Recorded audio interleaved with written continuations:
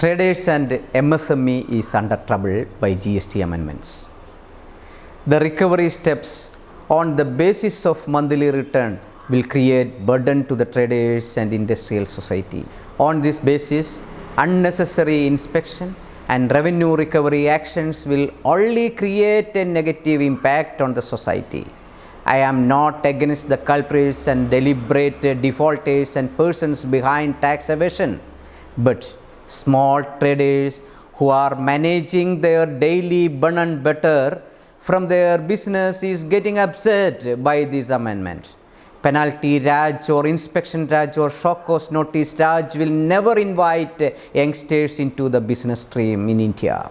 Notification number 39/2021 authorizing the GST offices to attach properties or recover the tax due on the basis of the monthly return in GSTR1 is unconstitutional and against the essence of GST laws.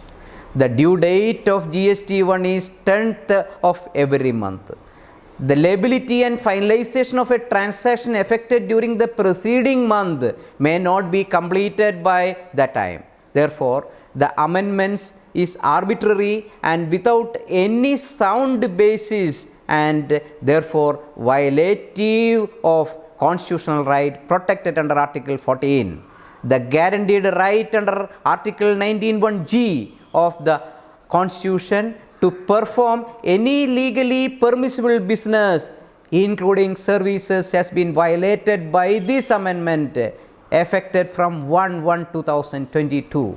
Above all, the Honorable Supreme Court has thrown away a similar section like Section 83 recently and commended very strongly in Civil Appeal number 1155 of 2021.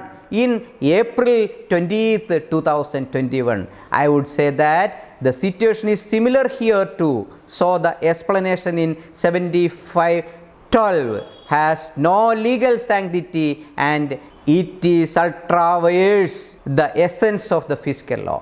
The CBIC wide notification number 39/2021 dated 21st December 21 notified the amendments made wide Finance Act 21 with effect from 1/1/22.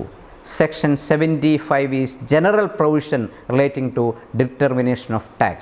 The old section is like notwithstanding anything contained in section 73 or 74 where any amount of self-assessed tax in accordance with a return furnished under section 39 remain unpaid either wholly or partly, or any amount of interest payable on such tax remains unpaid, the same shall be recovered under section 79. Now the new explanation has been introduced instead of 39, here 37.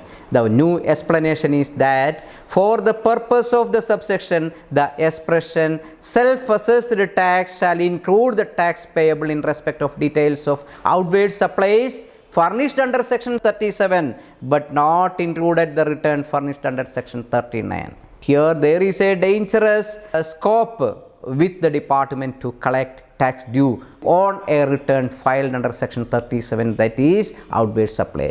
Section 7512 starts with the clause notwithstanding anything contained in section 73 or 74. That means recovery proceedings in case of difference between tax liability, that is self-assessed tax declared in GSTR1 and GSTR3B, can be initiated straight away by using or invoking section 79, that is detaining the selling goods belonging to the defaulter, selling immovable property of defaulter, etc., without even resorting to proceeds under section 73 or 74 under the Central GST Act. Here we have to read what is section 79. That is important here. Section 79D reads, I am not covering all section, I will explain only section 79D. The proper officer may, in accordance with the rules, detain I am not covering entire sentences. I am covering the important words there.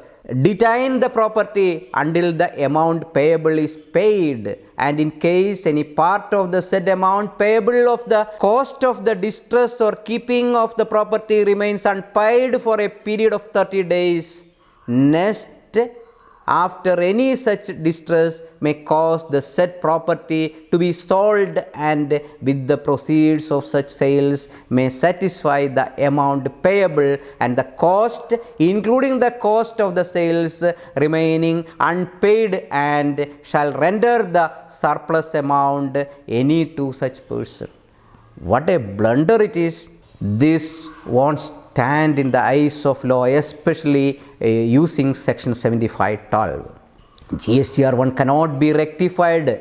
Once if GSTR1 is filed, it cannot be rectified. So, if there is a clerical mistake in uploading invoice in GSTR1, due to which there is huge difference in output tax liability declared in GSTR1 or GSTR3B, by the effect of the new amendment, the GST department can straight away attach your removable property bank account without issuing any shock cause notice under section 73 or 74. This is too cruel. It will block the entire picture of India in the international market.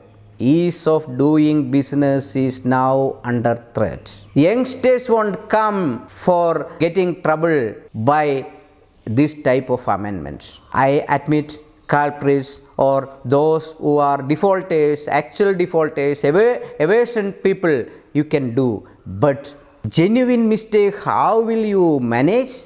If GSTR1, if somebody is put 0.00 instead of that, he forget to put point or dot or decimal, what will be the result? Huge liability will be automatically come there. Here it is very much important here to note that till the expiry of annual return, normal dealers, they should get time till the annual return closing, or some other amendment is required in this section. It is dangerous. The other amendment in section 16(2)AA. The provision is that the input tax credit can be taken only if it is reflected in the return of the supplier. That means it should be reflected in 2A or 2B. This is also incorrect and against the essence of section 16(2), as well as the clear observation in the 46th paragraph of Bharti Airtel case that books of accounts are the basic records for availing input tax credit and not 2A or 2B. Regarding the huge penalty under section 129 to the extent of 200% of the tax due is cruel. Moreover, the bank guarantee provision has been taken away. Then a small scale assessee who is transacting goods for rupees 5 lakhs will have to pay 1.8 lakhs as penalty as cash or bank deposit. For filing an appeal against such a penalty order, he has to make a pre-deposit of minimum 45,000. That means a small trader's cash flow will be blocked to the extent of more than 50% of such transaction, even for mere technical errors. So, a rethinking is required. Moreover, this amendment is incorporated in that fag end of the financier. Why? Why so busy? Why so hasty? Why don't wait till April 2022? So, the assessee, the professionals, they have to take changes in their software, computer system. The entire system is under problem. Is this the ease of doing business by introducing GST in India? It is to be answered by the society. Youngsters are interested to do things when a consistent view is available. Here daily changes are taking place. It's not good. So the responsible persons are appraised entire things and they have to re-examine all these steps taken during the financial year as amendments. I hope this video is informative. For more videos on tax, please like, share and subscribe our YouTube channel. Please don't forget to press bell icon. Any further clarifications, please Please comment below in this video. Thank you all.